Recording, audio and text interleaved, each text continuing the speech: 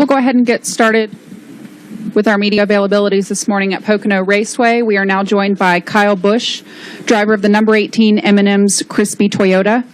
Kyle, 3 consecutive wins and 4 wins in the last 5 races. Tell us about your team's momentum coming to Pocono this weekend. I'd say, we're. Is this thing on? All right.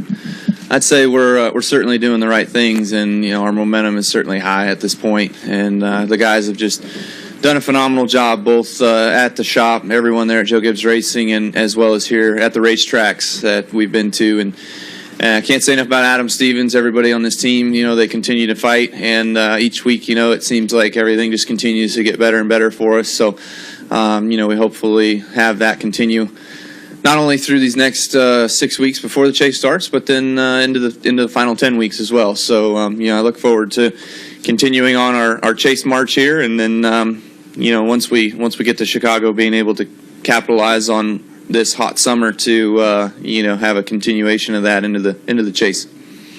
We'll go ahead and open it up to questions. Please state your name and affiliation. We'll start up here with Mike Kembry. Mike Kembry, USA Today. What you're doing is beyond ridiculous. Where would you be if you weren't hurt? And I'm assuming you're still somewhat uncomfortable in the car, right? Well, I don't know where we'd be if I wasn't hurt. I don't know if we would be. Obviously, I feel like we'd be in the chase, but I don't know whether or not we'd have 4 wins like we do, or we'd have none. I don't know. But the point of all of it is that with the injury and everything that I've gone through, and my family and my team has gone through this year, I think that we've all just kind of grown a little bit more together, and I think all those things have certainly helped. Through the times of adversity, you never really understand why the Lord put you through that plan, but honestly, it could be for greater things down the road. And we obviously, when I was laying in my hospital bed in my living room, Samantha and I, we weren't sure what was going on. We didn't know why. We didn't know what the lesson was, but we may not still yet know. But certainly we're just going through these steps and these stages each day, and continuing to try to evolve. What was the second part? You feel good in the car? Oh. No, I feel good in the car. I'm fine there, truthfully, honestly. I feel like there's times when I get out of the car and just putting weight back through my feet, sometimes it hurts after race days, stuff like that. I imagine, this week, Monday didn't feel great, but then Tuesday was fine. Yesterday I walked around M&M's day, all around all day long, so I was fine there. With Watkins Glen coming up next week, that's going to be another hard one to get through. So that's going to be a tough challenge for myself and the left foot. But we'll make it, and I'm sure we'll be okay, just like Sonoma. And it'll be sore on Monday afterwards, and we'll continue to ice it and make it feel better. All right, we'll go to Dustin and then to Chuck. Dustin Long, NBC Sports, to your left. Thanks. Kyle, as a team owner, you've gone through ups and downs, and I know, you had the Xfinity program and were able to kind of merge that back into Joe Gibbs Racing. There was an opportunity there for you to come out with something out of it, as opposed to if things didn't go well and all of a sudden you're left with shop and equipment. How important is it in this time period for owners to be able to have, whether that's the F word or some other type of thing, where there's a value to what you have as opposed to property, and how much more pertinent is it getting to be that there get to be something like that in place? Well, it's obviously a way bigger deal at the Sprint Cup Series level than it is maybe for the Xfinity or for the Truck Series levels, but just speaking of what ownership may be on the Sprint Cup Series level, obviously I think it would be a huge benefit if there was more attached to these car numbers, owners, whatever it might be. The only thing that's valuable is the contracts from sponsorships. When you have investors come in, or when you have people that come in that want to buy out another race team, essentially all they're buying out are those contracts. That's what they want. In order to try to figure out how they're going to be able to still maintain that race team, but yet maybe take a little off the top for themselves, But to be in a family type organization with Joe Gibbs Racing, I'm fortunate to know that Joe Gibbs has made his money elsewhere, and he's got his family well taken care of on that regard, that he allows all that money strictly to go straight to the race teams and being able to get performance out of our cars and making sure that we have the best possible equipment out there on the racetrack every single week. I would say Roger Penske's the same way. Rick Hendricks obviously the same way. Richard Childress probably the same way. So, those owners obviously have been around for a long, long time. And when it is time for, whether they want to sell out or get out or whatever it might be, the only thing they got is equipment, which is 10 cents on the dollar, and land in buildings and shop equipment and everything else, which is 50 cents on the dollar. There's really nothing worth value besides those contracts from sponsors. How nerve-wracking was it with the Xfinity program? It's just, like you said, the contracts. I mean, if those go away, you don't have anything. How much effort you put into keeping those, and how much sleep you lost? Yeah, it's a tough business to be a car owner. You worry about all those people that work for you. There's certainly been some times at KBM where it has been really tough. Unfortunately, we did, kind of fizzle out the nationwide plan over there and put it back to Joe Gibbs Racing. But, we did absorb those people back within the company. We then went to 4 truck teams, I think. So then, we had an opportunity there where we had to get rid of a couple or transition through that. But, some more of them actually went to go work for me at Joe Gibbs Racing on the Xfinity car or at my Cup car. So there's plenty of times where people move around all the time, but it's stressful, and there's no easy thing. There's nothing easy about being a car owner. There's no easy thing that you can put your finger on and say, oh yeah, this is going to be simple. We can do that. If anybody thinks that way, you're going to run 20th. No doubt about it. It's certainly a lot more challenging to be one of the best and run up front and run for wins. Kyle, Chuck Dibbler with the Express Times in Lehigh Valley Live. I noticed in recent weeks the commentators comment on your spotter. Okay. Could you talk about what the role, how has it changed, and what's it like? And in particular, talk about your spotter, Tony. He's a Penn State graduate. He's, and we. I didn't know he graduated. I think he did. I think he used to teach school. Okay. So he must be a good guy, because I did too, but that's all right. Yeah. No, could you talk in like your relationship with him, and like if he says something, do you have to, is it automatic? You don't have time to argue. Right. Spotters, they are very important in our business, and, we rely on them probably a heck of a lot more than we probably should. Sometimes you trust those guys with everything, and that's when you have the spotter wrecks, because the driver didn't double check kind of where he was or what was going on. And the spotters, man, sometimes, look at here at Pocono, they're up on the tower there, and heck, it's 3/4 of a mile over to the backstretch, in turn 2. So, and you put your life in those guys' hands sometimes. So, Tony, though, he's been a huge asset to our team. He's been a great help. I've gone through a couple spotters years ago, and my dad being one of those. And the problem with my dad is he would watch my brother and I, So sometimes he was spotting for my brother while he was supposed to be spotting for me. And he's like, car outside. And I'm like, what? Like, where? So I asked him, I said, is there a car outside, Kurt? Oh, yeah. So he didn't work out too well. But no, he got me to where I am today. So he was a huge asset. But, other spotters I've had over the years, Dickerson, I've had Eddie DeHaan.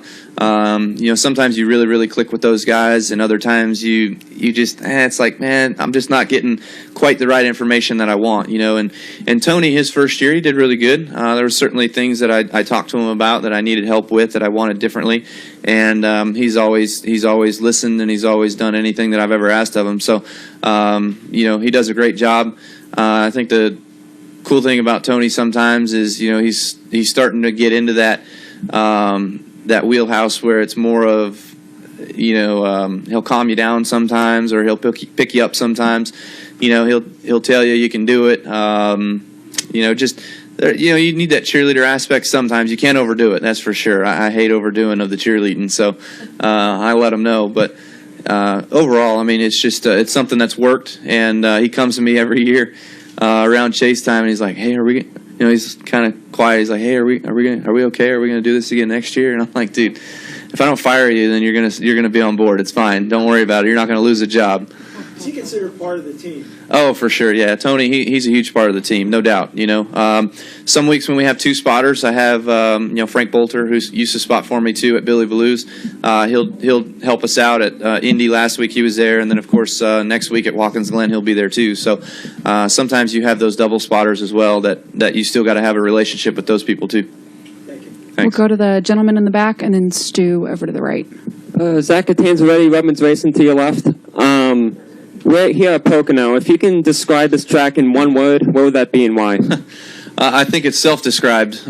Tricky, it's certainly a different type of racetrack. It's got a lot of speed. It's very fast, and yet it's challenging as well. To be able to get the correct balance or the perfect balance in every single corner, you're not going to be able to do that. So the driver has to be able to manipulate himself and his setup in order to be able to get through these three distinct turns better than all the rest of the drivers. So I think that's kind of why you see sometimes a driver will hit on it in a particular year, and other times, you might not see that guy win here for another 4 or 5 years, and somebody else kind of hits on it.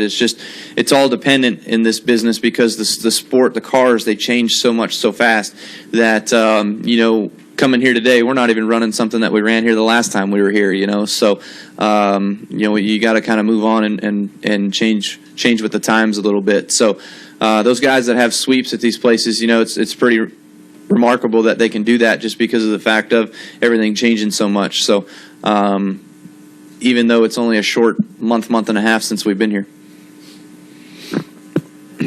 Hi, Stu Hodem, NASCAR.com. Not only have you won 3 in a row, but with 3 different rules packages. Could you talk about maybe that confidence that gives you as you look ahead to the chase now, as you start to look ahead? And you mentioned that Watkins Glen will be a challenge next week. What's the biggest challenge for you going forward to get into and then stay in the top 30? Well, with the different aero packages, I actually was pretty excited about it. I kind of like change, and I feel like I'm the best at being able to adapt to it the fastest, before crew chiefs and engineers get too much of a understanding and a basis of what they've got to work on to make those packages better in order to get their drivers better or their cars better to be able to keep up with me. So I kind of like the change. The lower downforce at Kentucky, it was fun. It was definitely a lot harder than what the other mile and a halves have been this year. I hadn't run in a whole lot of them.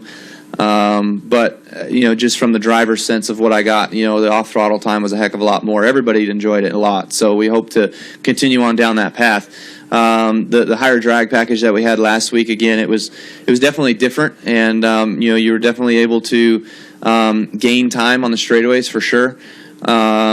Sometimes not as much as if you were in a pack. Like if you were third of 5 cars, those 2 through 5, they would gain at kind of the same rate. You weren't really just going to pull out and pass that guy in front of you. So, but you had to use all that to your advantage. I felt like I was maybe one of the best in traffic. I felt like that was because we just had a really good car.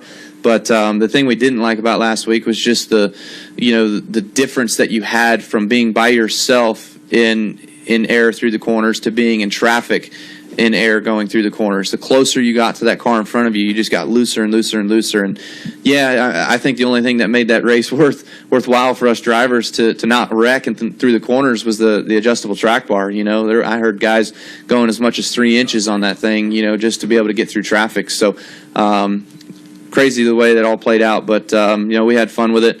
I enjoyed it, and again, I actually wouldn't mind if we had that higher drag package here at Pocono. I think here would definitely be a place that you'd want to see it with these long straightaways, so that would certainly make for a really interesting race. All right, we'll go to Reed and then Candace. Reed Spencer with NASCAR Wire Service. Do you feel like you've got a good shot this weekend to become the next member of the 4 in a row club? I certainly hope so, no doubt. I've never won at Pocono Raceway, and I hope that's about to change. We've certainly had some good runs here over the years. Sometimes in the spring race, sometimes in the summer race, but overall, I feel like our team's really come a long ways, and I like where we're going and where we're at. And so, I can just hope that we can continue out here this weekend and get ourselves a win and make it 4 in a row. And we'll finish up with Candace.